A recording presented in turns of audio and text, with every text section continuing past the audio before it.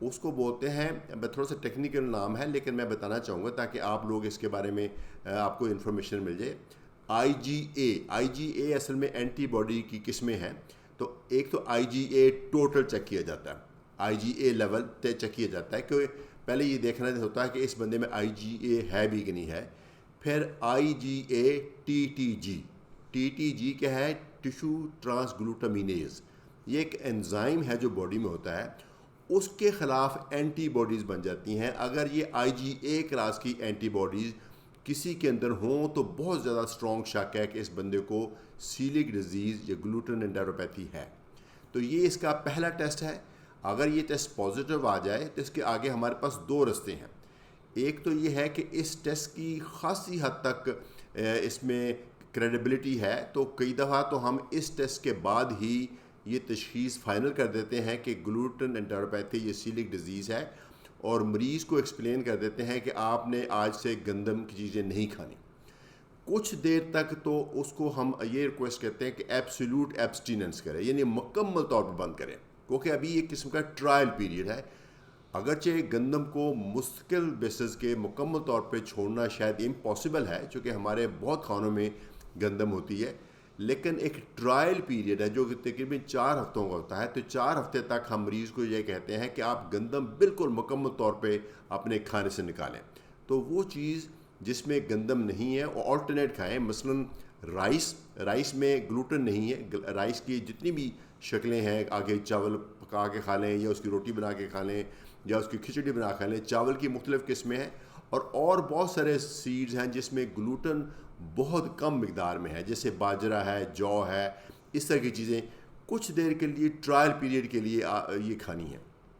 تو اگر ان 4 ہفتوں میں کسی اور میڈیکیشن کے بغیر ہی، کسی طرح کے انٹرونشن کے بغیر ہی صرف گندم کم کرنے سے، بند کرنے سے آپ کی علامات میں واضح طور پہ فرق بھی پڑ جائے اور واضح طور پہ فرق پڑ جائے، یعنی اتنا فرق پڑ جائے کہ کوئی شک و شبہ نہ رہے کہ آپ کی کنڈیشن پہلے سے بہت بہتر ہو گئی ہے، کھانا بھی بہتر ہو گیا، پیٹ کی ڈسٹینشن بھی ختم ہوگی، بلوٹنگ بھی ختم ہو گئی، گیس بھی ختم ہو گئی، موشن بھی ریگولیٹ ہو گیا، وزن بھی بڑھنا شروع ہو گیا، اور جو کمی تھی چیزوں کی وہ بھی پوری ہونی شروع ہو گئی.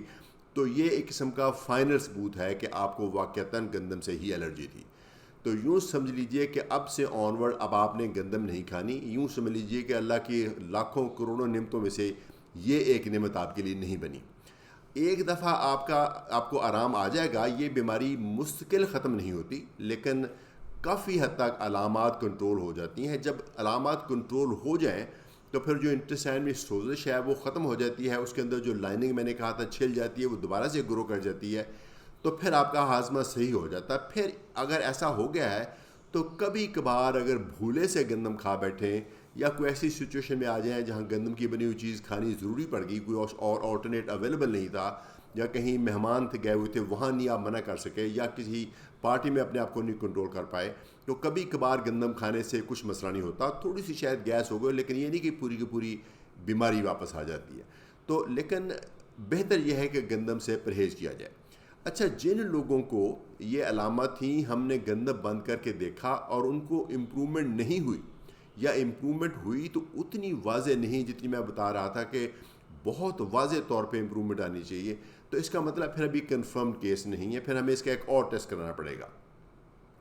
وہ ٹیسٹ ہے انڈوسکوپی، جو کہ اکثر انٹسٹائن کی بیماریوں میں، میدے کی بیماریوں میں فائنل ٹیسٹ سمجھا جاتا ہے. تو اس کا یوں کیا جاتا ہے جیسے ہم انڈوسکوپی کرتے ہیں، بندے کو تھوڑا سا ایکسپلین کر کے گلے کو تھوڑا سن کرتے ہیں، ہوش میں وہ ٹیوب جاتی ہے، وہ خوراکی نالی میں سے میدے میں جاتی ہے، میدے میں سے جا کے چھوٹی آنت میں جاتی ہے، چھوٹی آنت میں آگے تک جا کے جہاں تک ہم جا سکتے ہیں، وہ بہت دور تک نہیں جا سکتی، جہاں تک جا سکتے ہیں وہاں سے جا کے ایک اندر سے ایک فورسپ نکلتا، چھوٹا سا معمولی سا ایک ویسے ایک چھوٹا سا انٹسٹائن کا پیس لے لیتا ہے، جس کو بایپسی بولتے ہیں. تو 2 3 4 بایپسیز لے لیتے ہیں، پھر اس کو خوردبینی معائنہ کرتے ہیں، اور اس خوردبینی معائنہ کرنے سے اگر پتہ چل جاتا ہے کہ واقعی سیلک ڈیزیز ہے، یا اگر سیلک ڈیزیز نہیں کوئی اور کئی اور ملتی جلتی بیماریاں ہیں جن کی علامات سیلک ڈیزیز سے ملتی جلتی ہوتی ہیں، اور ممکن ہے کہ آپ کی فیملی میں سیلک ڈیزیز ہو اور آپ کی بیماری کوئی اور ہو، تو اس لیے یہ بایپسی ہیلپ کرے گی.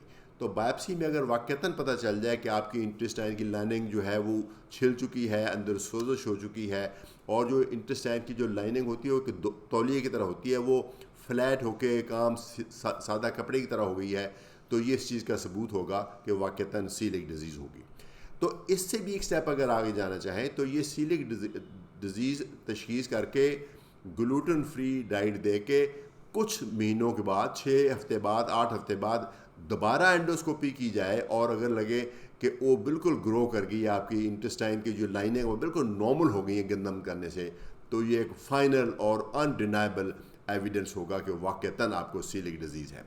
تو سیلک ڈیزیز اتنی ریئر نہیں، بچوں میں تشخیص ہوتی ہے، بڑوں میں بھی تشخیص ہوتی ہے۔ بہت سارے لوگ جو سمجھتے ہیں کہ ڈاکٹروں کے پاس جاتے ہیں کہ مجھے گیس رہتی ہے، اس کو سمپل گیس کی دوائی دے دی جاتی ہے یا اس کو کیڑوں کی دوائی دے دی جاتی ہے، لیکن اس کو بار بار یہ مسئلہ ہوتا ہے۔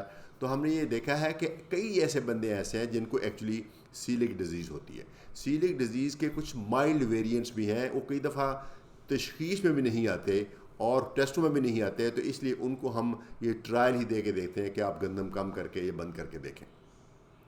اور اس بیماری کا کوئی ایسا علاج نہیں، آج کی تاریخ تک کوئی ایسا علاج نہیں جو کر کے اس سے مکمل طور پر آپ کو نجات مل سکے۔ اس کا لائف لانگ گندم بند کرنا ضروری ہے۔ یاد رہے کہ گندم ہمارا ایک امپورٹنٹ نیوٹرینٹ ہے، لیکن ہمارے ہیلتھ پوائنٹ ویو سے یہ گندم جو ہے ہمارے ہیلتھ پوائنٹ ویو سے بالکل اسینشل میں نہیں آتی۔